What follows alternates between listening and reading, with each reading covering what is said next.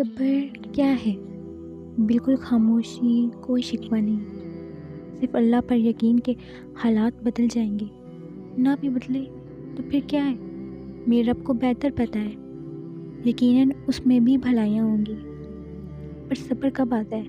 پہلی بات تو یہ صبر ہوتا نہیں ہے، صبر کیا جاتا ہے، اور صبر یہی ہے کہ اپنے اندر مچتے ہر طوفان کو خود میں تھام کے اس سے ختم ہونے کا انتظار کرنا، اپنی شدتوں کو خود میں اس طرح قید کر لینا کہ معاملہ صرف اللہ کا رہ جائے۔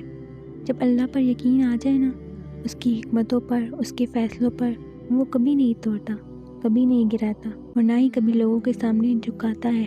صبر میں شکوہ نہیں ہوتا، بس خاموشی ہوتی ہے، اور اس خاموشی کا شور صرف اللہ کو سنائی دیتا ہے، اور جو لوگ اللہ کے فیصلوں کو قبول کر لیتے ہیں وہ پرسکون ہو جاتے ہیں ہر ایک پریشانی سے، ہر ایک مشکل سے، کہ اللہ پاک خود قرآن میں فرماتا ہے کہ ہر مشکل کے بعد آسانی ہے۔